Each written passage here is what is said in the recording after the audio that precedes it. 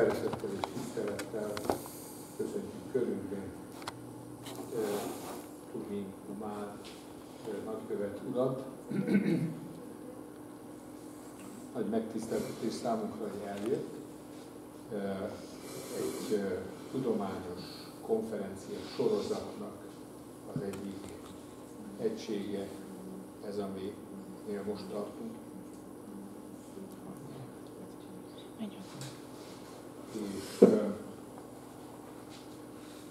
köszönjük, hogy ebbe a kis családias körbe, amiben összejövünk, ugye ez sok-sok, talán 10 egységből álló sorozat, és nincsenek tömegek, de ugyanakkor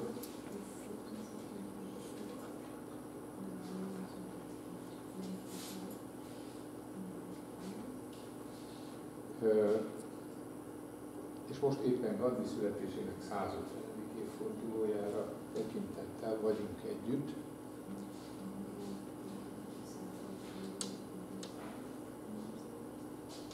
Neki sok tisztelője van, egyik vagyok én ezek közül.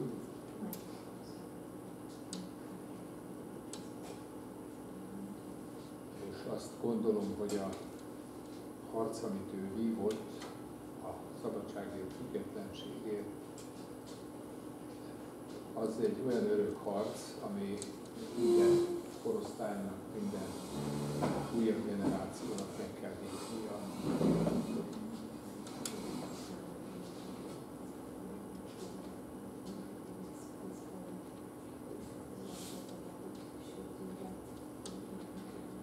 Függetlenséget, szabadságot soha nem adják olcsón, és nem adják ingyen, és ugyanakkor nagyon tanulságos az ő harcából, hogy mindezt lehet erőszakmentesen és derűvel, humorral megvívni, akkor is az ember minden nehézséget, akár még a börtönt is vállalja. Sokszor idézem fel magamban az engedetlenségi akciói. Hadd legyen szabad elmondanom egy saját élmény. Én 2010-ben országgyűlési képviselő voltam, és 98 és 2002 között az akkori miniszterelnök, aki egyébként a mai miniszterelnök is, úgy döntött, hogy a parlament egy részét a képviselőknek használhatják.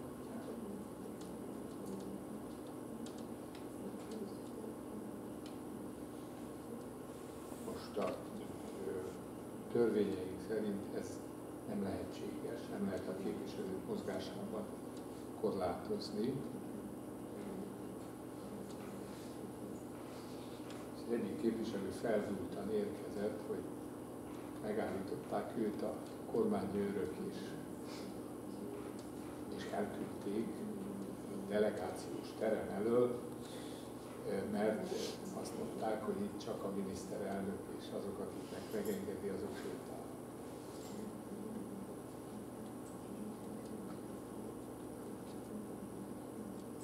És ott dühöngött, és akkor én azt mondtam, hogy én Gandhitól tanultam valamit.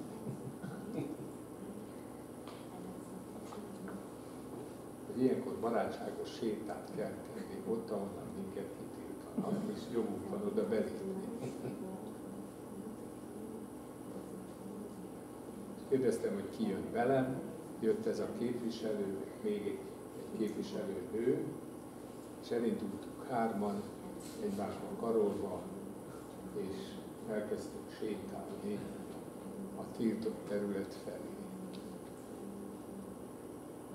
És szegény kormányőr nézett bennünket, a főnöke ott állt a sarokban, kemény tekintettel, de hát mi barátságosan sétáltunk,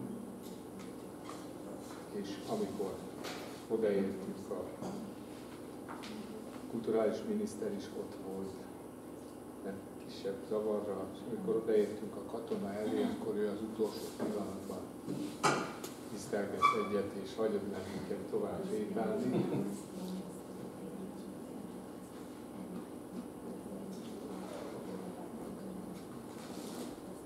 nem akartunk semmi rosszat, csak jogaimat akart gyakorolni.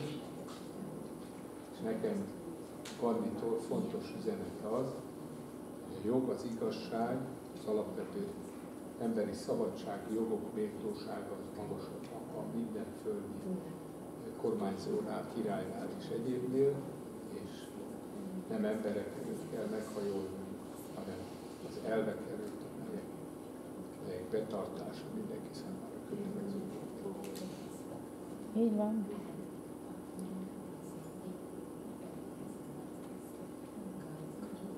Úgyhogy legyen áldott Gandhi emléke,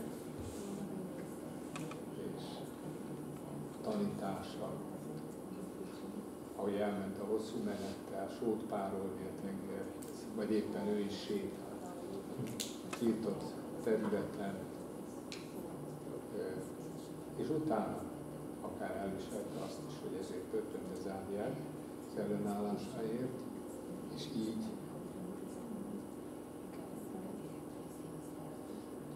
minket se hökkent meg, ha drasztikusan lép fel, nem haragszunk érte, jogainkat korlátozza, de tudjuk azt, hogy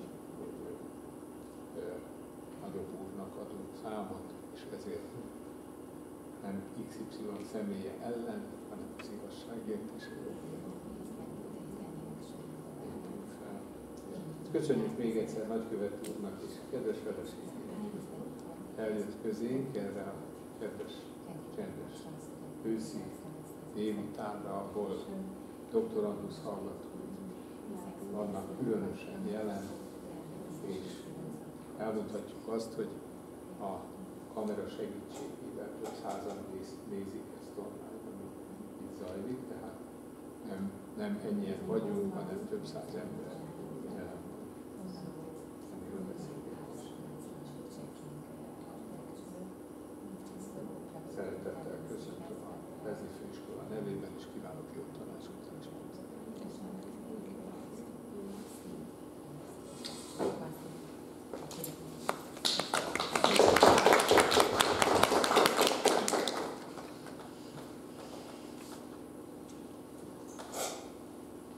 Nem én vagyok a házigazda, itt a konferencián. Okay.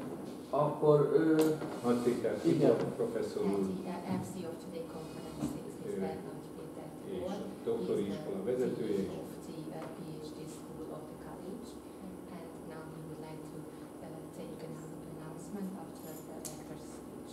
Akadémia nagy doktora. Vagy már nincs akadémia?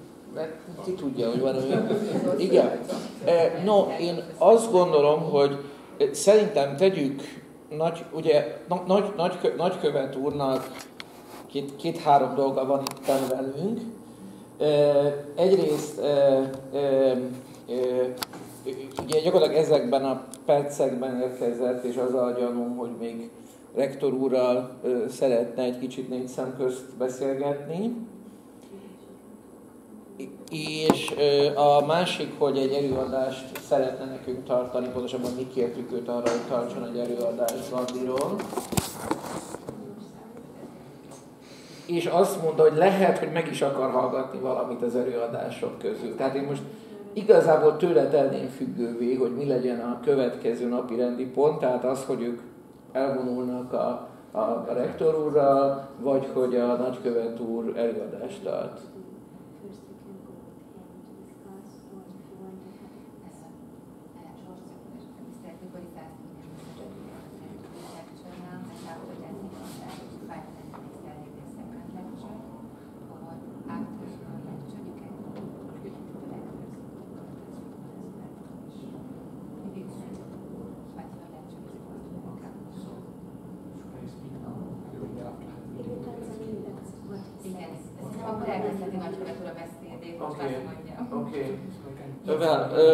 Okay. Thank you. In this way, we wait for your lecture now. Okay. Thanks, please. So he is kindly giving the floor to His Excellency Ambassador.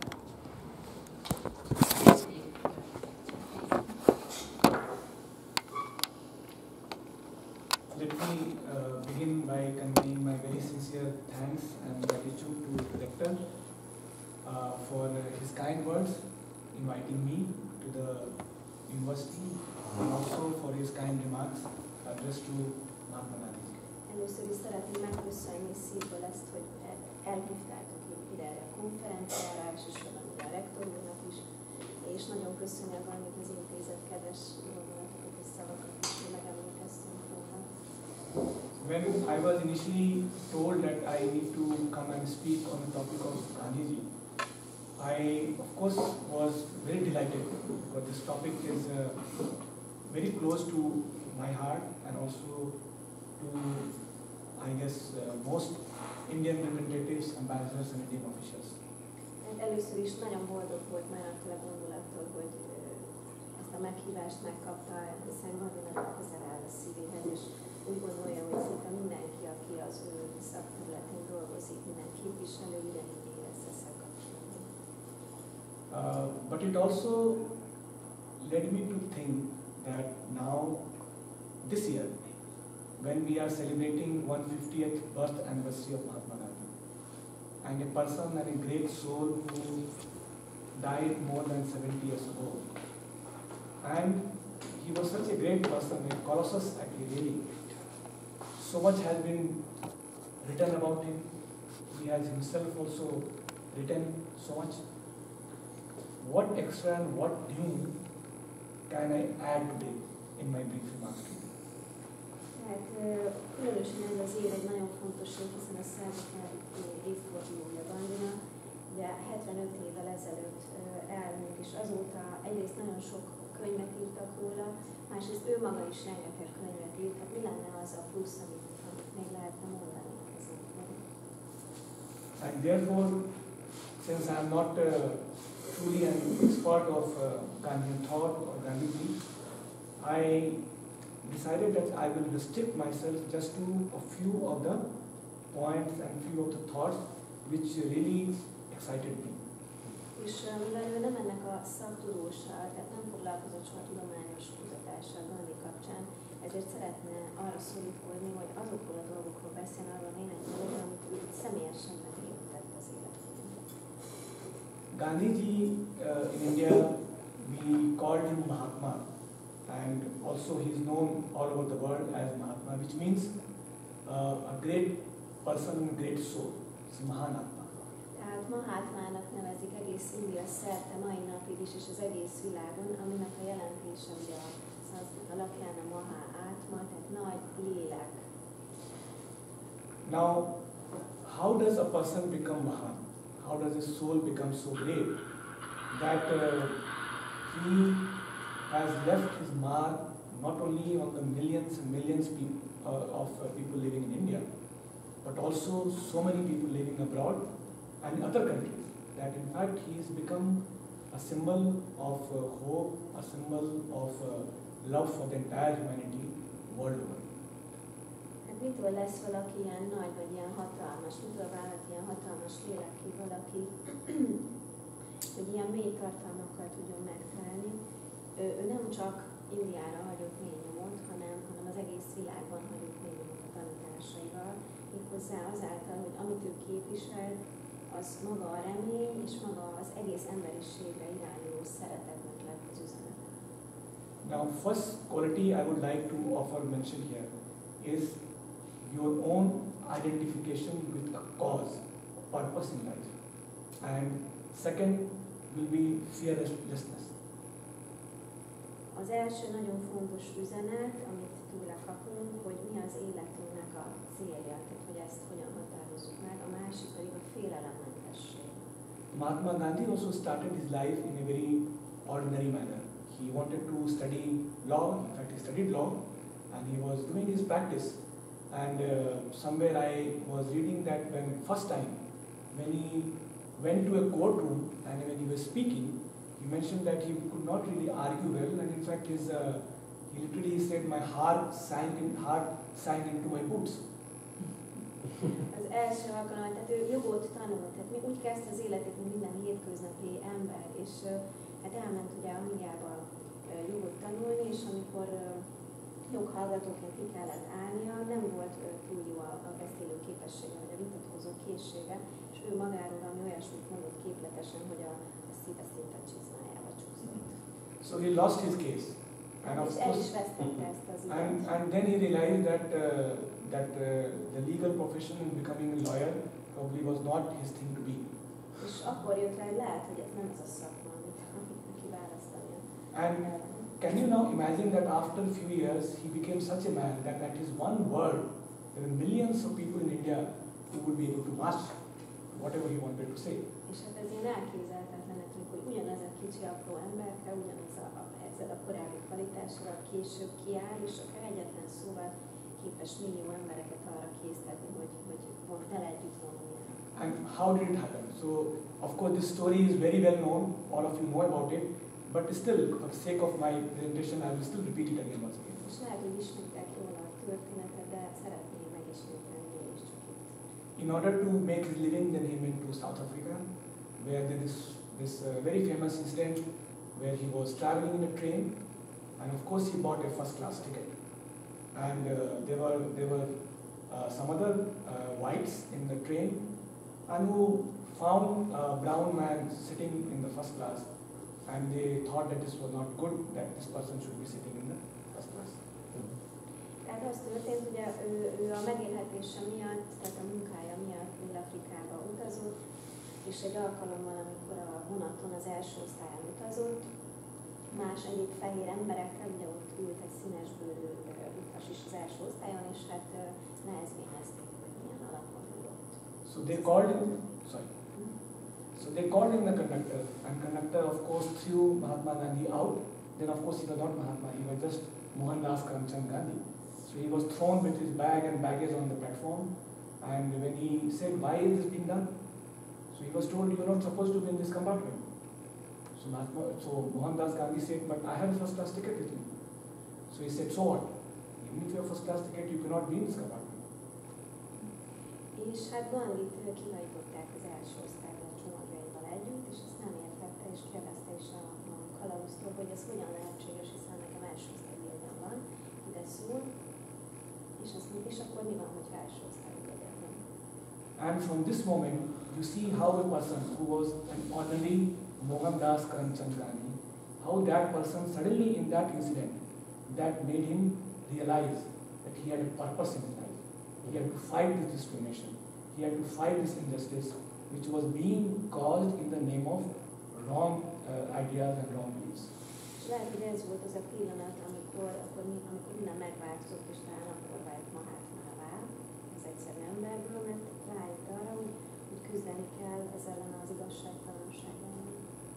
And the path which he chose, which brings me to the second point of fearlessness, it's not an easy path. És a másik, amit választott az útján, ez a félelemmentesség, és ez sem egy könnyű út. Because what he mentioned was that we are not going to indulge in violence. So violence will beget violence. If I hit back at somebody and he hits back at me, we don't leave world a better place. So I have to defeat my enemies with the power and strength of my soul, with the power and strength of my belief. És a másik dolog, ami nagyon fontos volt ebben a pillanatban, amit elhatározott, hogy erőszak bevonása nélkül szeretné ezeket a harcokat meghívni, és az erő az tulajdonképpen a hitben kell, hogy gyökerezzen, tehát ez a léleknek az ereje lesz az, amivel harcolni. And once this fearlessness sank into him, that he had a purpose in his life, and there was no danger or no point being afraid of losing or facing death, because that was a cause which everybody had to face one day. Ez is egy érdekes pont, hogy ez a félelemmentesség, tehát ettől a pillanattól kezdve semmi irányában nem érzett félelmet. Aztán mitől lehetne félni? A halál az pedig egy olyan dolog, amit így is úgy is mindenki szembe kell, hogy nézzen vele, és ezen túl pedig mi lenne az, amit félhetünk.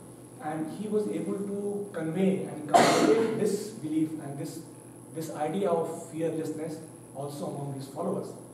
And I would again like to submit before you that you would have seen those pictures or maybe video clips where rows and rows of people, Indians at that point of time, and of course people from South Asia, they would march, they would go only to be beaten back by batons and police onto their head, skulls being broken, falling. But then the second row advances behind them, again to beat back. But none of them hits back in protest. Igen, tehát az előbb még mondta, hogy ő mondjuk, hogy hiába olyan világban nem tudunk békességet létrehozni, ahol megütjük a másikat, hiszen utána csak az erőszak marad meg. És ezt bizonyították, amikor az együttvonulást tették, és az első sok hiába kapott ütéseket, és akár lehet össze is estek az emberek, mégsem ütották vissza, és aztán a második sorban előre és őket is üthették, de ők sem reagáltak agresszívan, és így a békesség nem. So this non-violence is not for the weak. This non-violence is actually for the strong. You need a very strong heart and very strong courage in your mind and in yourself to be able to practice this non-violence. És tulajdonképpen ez az erőszakmentesség, ez nem a gyengéknek a harc, ez nem a gyengéknek a útja, ez csak az erősek képesek végezni. And therefore, once Gandhiji realized that he was not a single one person, but he was with one big cause, that he acquired this huge proportion. He became really a colossal person on the world stage. És nagyon fontos, hogy ő ebből a szempontból egyáltalán nem állt egyedül, és így is hatalmas lehet ilyen értelemben. And this is what we all have to realize. Actually, at a small level, we feel we are weak. I am one person. I have this body. I have these frailties.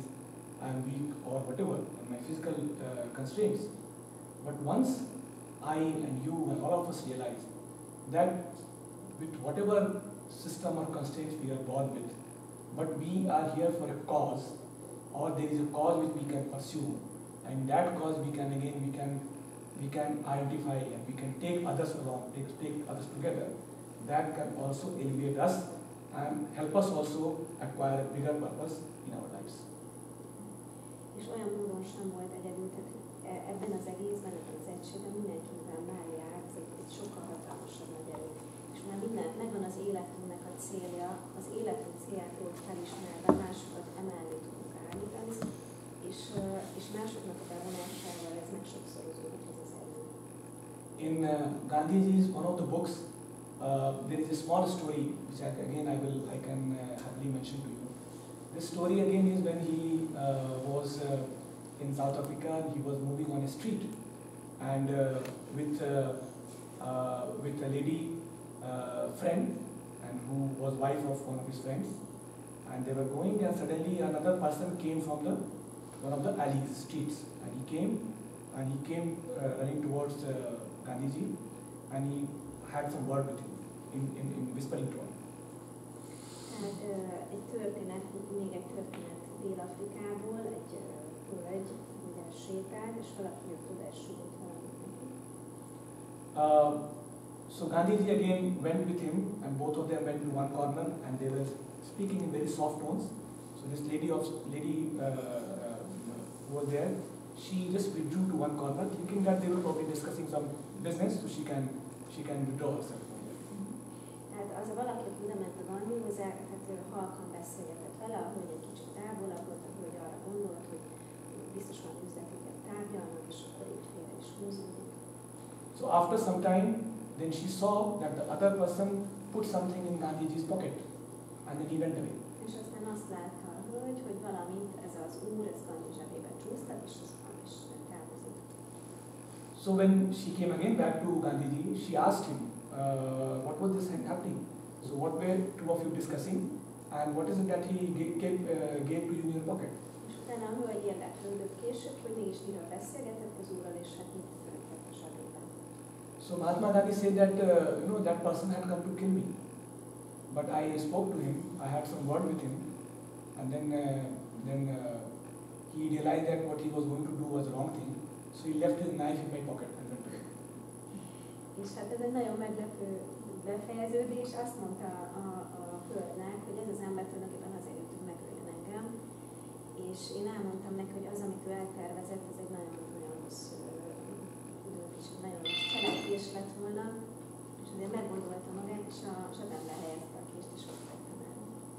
and there will be many stories like this, but of course we have limited time, so I will not tell you any more stories.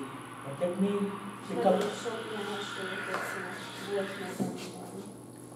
pick up two other thoughts which were given by Gandhiji on different topics.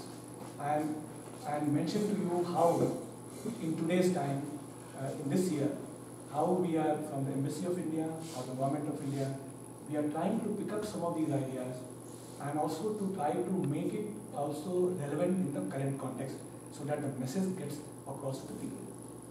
És hát inkább szeretném még két gondolatot kiemelni majd Gandhitól, ugye vége felé, és arra rámutatni, hogy mennyire fontosnak tartják azt, hogy a mai világban itt és most hogyan lehetne ezeket alkalmazni valójában ezeket az elveket, mint hogy a kormány, most a mai indiai kormány is, és mint a nagykövetség is, és minden egyéb fórum megteszi ezeket a lépéseket, hogy valóban a gyakorlatban ültessék gondolatot.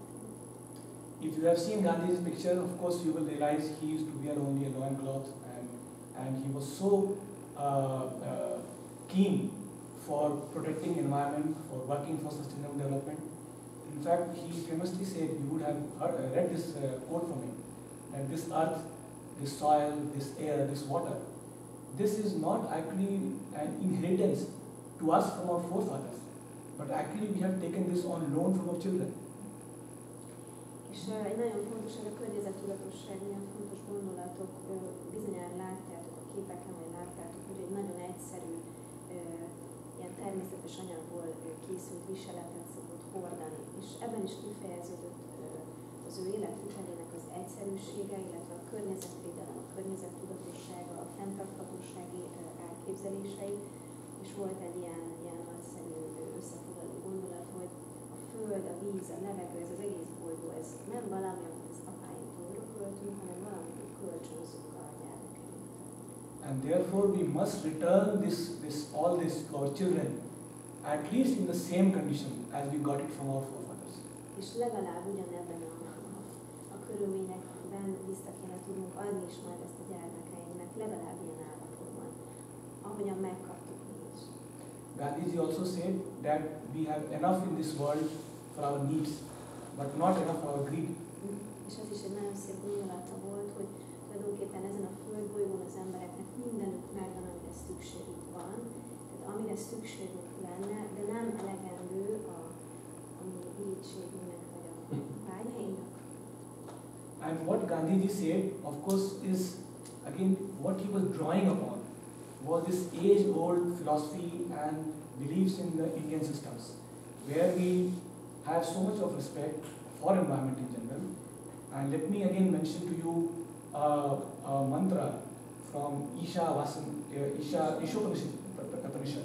the first verse of that Ishopanishad, in which say Isha Vasamidam Sarvam Yatkinch Jagatyam Jagat Tena Taktena Punjita Ma Grutha Kasasudhanam, and which means that this world, which whatever we know, Jagatyam Jagat, which we can know of, we have to utilize, we have to punjita, we have to bhog. But how? Jagate, with the feeling of giving. So with the feeling of detachment. So we have to utilize and use all this thing in the world, what it is given to us, but with the feeling of detachment, with the feeling that this actually also we have to leave it behind for generations to come. So Gandhiji beautifully actually crystallized it for his time. Let me stop here. Tehát, hogy nagyon fontos, hogy Gandhi mindig is tisztelettel fordult a védikus kultúra felé, tehát a Indiának a hagyományos gondolatai felé, amiben nagyon nagy szerepet játszott a tisztelet, és az Isha-upanishadnak a legelső sloknájában, majd, hogyha valakinek van kedves szép irodalmi fordításra, biztos nagyon sokáig lesz, de pont úgy kezdődik, hogy az új ruháját hordja minden, tehát ez az első sor, és minden, amit szeretünk körülöttünk.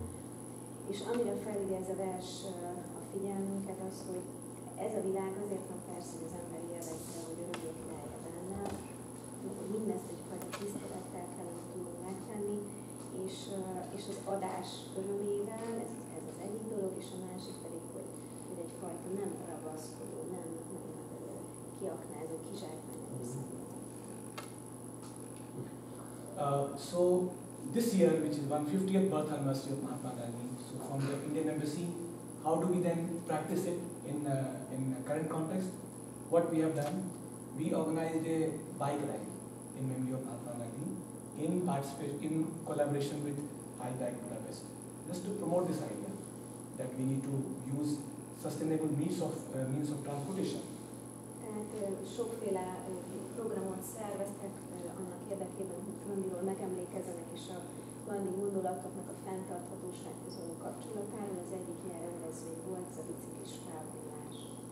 We also went to Krishna Valley and planted 150 trees. És a Krishna völgyben egy másik esemény történt, ahol is 150 fal került elültetésre. Now, one second thought from Gandhiji which I would like to pick up was where he mentioned about how a person he or she can soak in cultural elements and ideas from everywhere around the world while keeping his basic core identity. És egy másik nagyon fontos gondolata még Gandhinak, hogy hogyan tudnánk magunkba szívni, magunkba integrálni bármilyen fajta gondolatot a világ bármely tájáról, bármely kultúrájából úgy, hogy mégis meg tudjuk tartani a saját identitásunkat. He again famously said that I do not want my house to be walled in from all sides and my windows to be stuffed, but I want the winds of culture from all lands to be blown about my house. But I still refuse myself to be swept off my feet.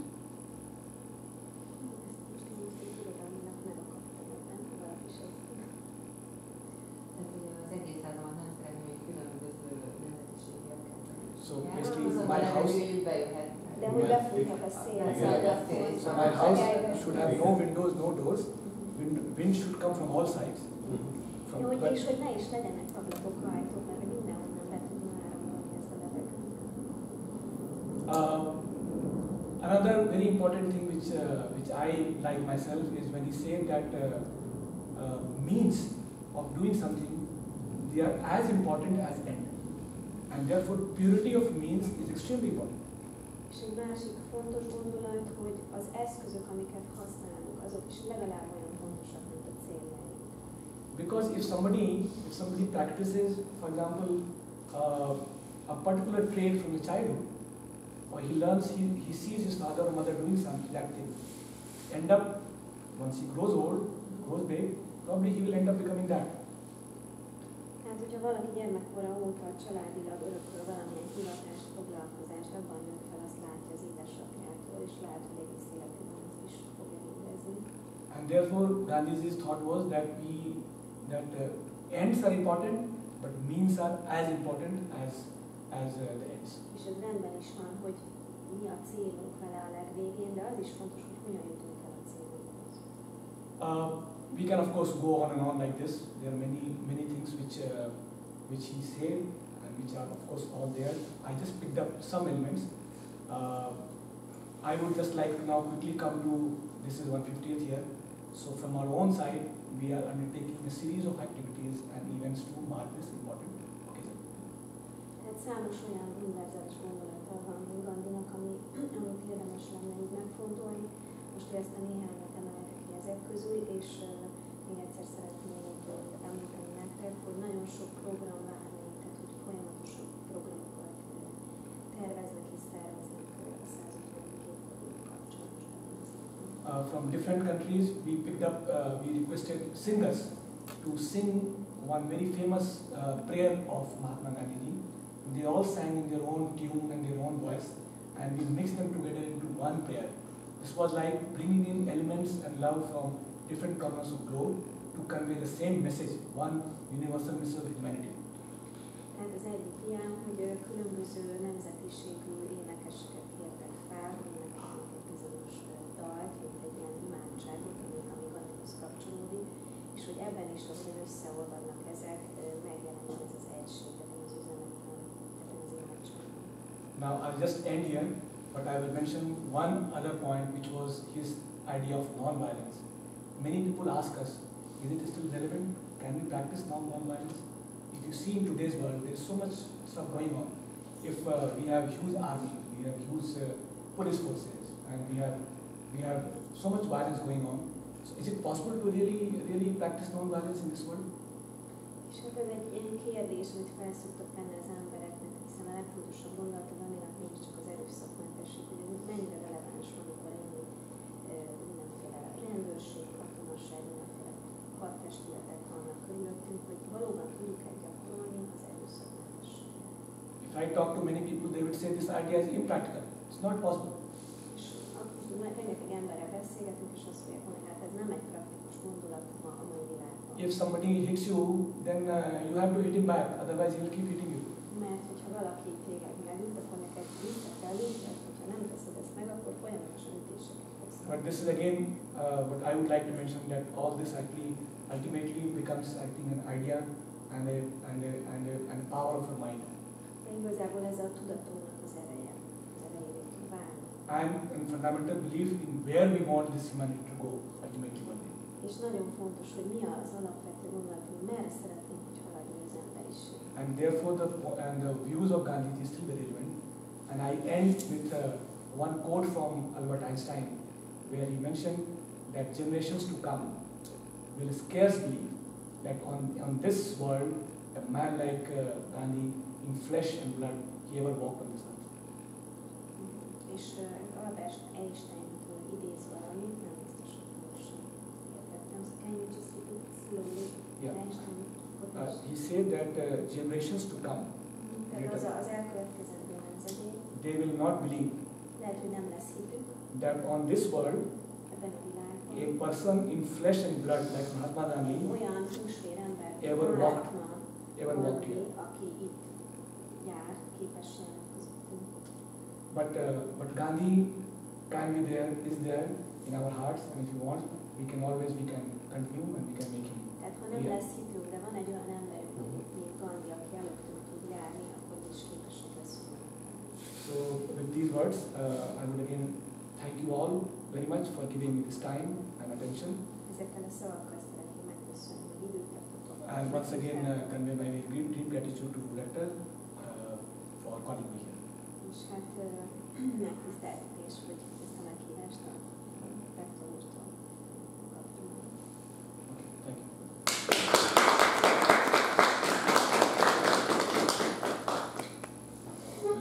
Köszönjük úrnak ezt a mindennyiunk szívéhez közel álló kis előadást, és azt, hogy valahogyan a mi helyi kis főiskolánkkal legalábbis a doktorandusunk és hallgatóival együtt egy olyan csodálatos emberre emlékeztetünk, mint amilyen Gandhi volt.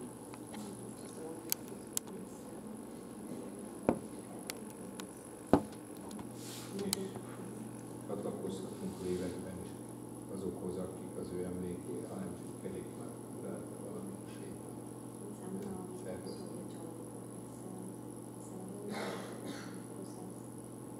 És év végéig megvalósul, ezért kérdezem nagykövet urat, hogy egyetértene azzal, hogy Gandhi születése 150. évfordulójára felállítunk, és megkeressük azt a mondatot, amiben az erőszakmentesség, a félelem, nélküliség és a teremtett világ szeretete egyszerre megvan. És akkor azt fölvésni kell.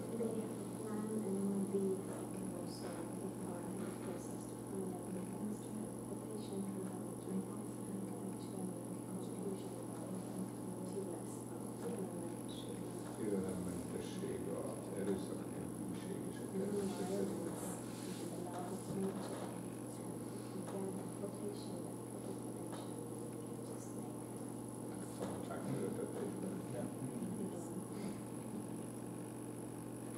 Majdnem egy napon születtünk, mert ő október 2-án, én 3-án, némi időeltolódással. És ő nagy lélek volt, egy kisebb dobozban. Én kevésbé nagy lélek vagyok, egy nagyobb dobozban. De nagyon, nagyon szeretem.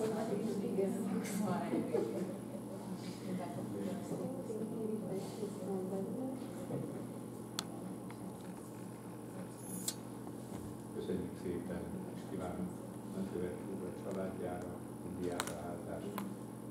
szépen látjuk azt a fejlődést, a gazdasági növekedést, amit tapasztalni lehet Indiában, és meg vagyunk róla győződve, hogy a nagy lélek, Gandhiji lelkülete szerint alakul a társadalmi helyzet, igazságosság. Nagy szükség van egy erős, igazságszerető, félelem nélküli Indiára ebben a világban.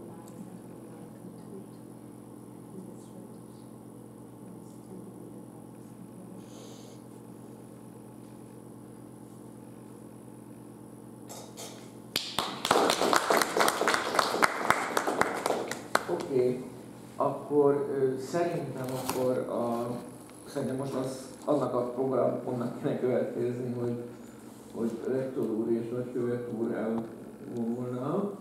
Én pedig szerintem kezdenénk akkor a... Egy előadást hallottam, hogy volt kezdve a történet.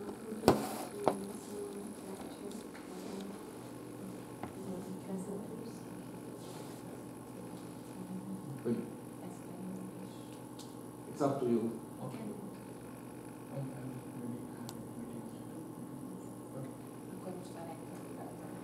Jó. Akkor szerintem Ilonát megkérjük, hogy akkor mutassa utat. Én meg itt maradnék akkor a konferencián. Jó? Igen, ez egy ajándékot szeretne átadni a könyvtár részére Gandhi könyveket hozott nagykövet úr, és sok szeretettel átadják, hogy a könyvtár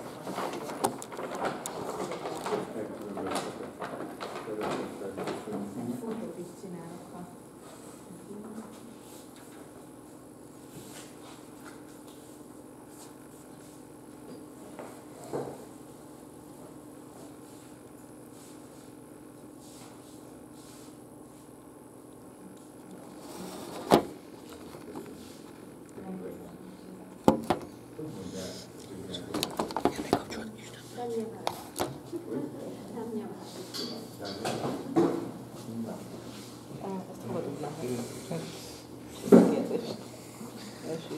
ha nem vagyok.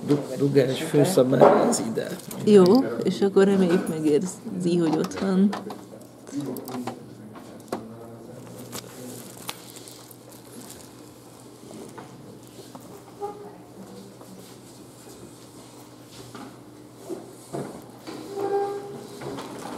Én irányítom, vagy majd valaki irányítja a képeket? Jó, akkor nyilakozok. De csak annyi, hogy elindítom valahol, mert ez egy... Ugye megkeresem a saját fentájúmat, és akkor igazából nem sorba vannak, úgyhogy jó, hogyha én irányítom, hanem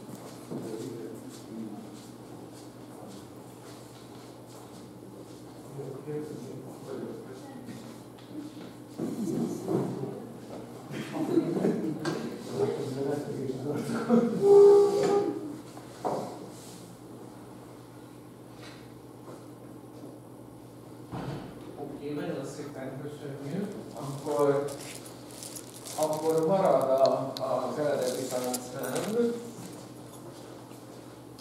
és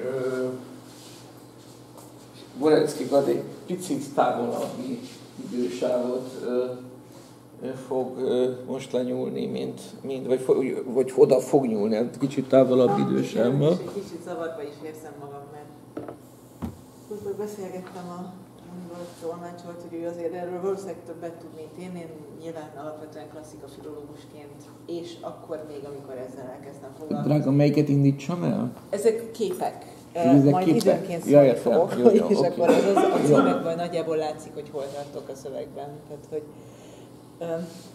szóval, hogy én azért távolabbról kerültem ide, egy ideig jártam szanszkritra az eltén, tehát ez egy szemináriumi dolgozatnak egy változata, a hellénizmus hatása a buddhista művészetre. Igen, mondjuk furán jön ki, hogy konfliktista, de hát igazából engem azért érdekelt, mert hogy mégiscsak van egy nagyon erős görög hatás Indiában méghozzá. Volt ugye Nagy Sándor után, és úgy tűnik, hogy elég sokáig fenn maradt. Tehát 1990-ben egy Elphinstone nevű angol katonatiszt, aki diplomáciai küldetésben járt Afganisztánban, Kábul környékén egy feltűnően görögös díszítésű buddhista sztúpára bukkant. feljegyzései azonban csak 1828-ban kerültek a figyelem középpontjába, amikor az angol véd és egy erdélyi származású másik kutató, hogy Hónig-Berger Márton János nevű kutató ismét hasonló faragásokat talált. Ekkoriban a környékbeli fejedelem Ráncsic megbízásából két másik európai katona, Ventura és Kurtz tábornok is nekivágott, hogy Elphinstone leírása alapján megkeresse az általa felfedezett stúpákat. 1830-ban publikáltak erről egy beszámolót, és az elkövetkezendő évtizedekben az indiai régészetet Katalin kormányzó 60 hasonló stúpát írt le a Kabultól az Indus völgyig terjedő területen. Tehát ez már nagyon észak, nem is egészen India most már. Magában Gandhárában az első izgalmas felfedezést a Jamalgiri kolostor megtalálása, majd 1852-től kezdődő feltárás jelentette. Ugyanebben az évben Cunningham újabb érdekes felfedezést tett, mert megtalálta az észak-nyugat-indiai Gandhára egykori ókori fővárosának, Taxilának a romjait. Az itteni leletek, szobor és domborműtöredékek egy része a Lahori Múzeumba, egy része pedig Londonba került. Európa az utóbbi gyűjtemény, illetve az 1873-as bécsi világkiállításon látható fényképek alapján értesült a felfedezéssel. A klasszikus műveltségű nyugat számára sokáig ezek a görögös hatású alkotások tűntek India jóformán egyetlen említésre méltó műemlékének. A múlt század végére azonban egy ellenvélemény is kialakult.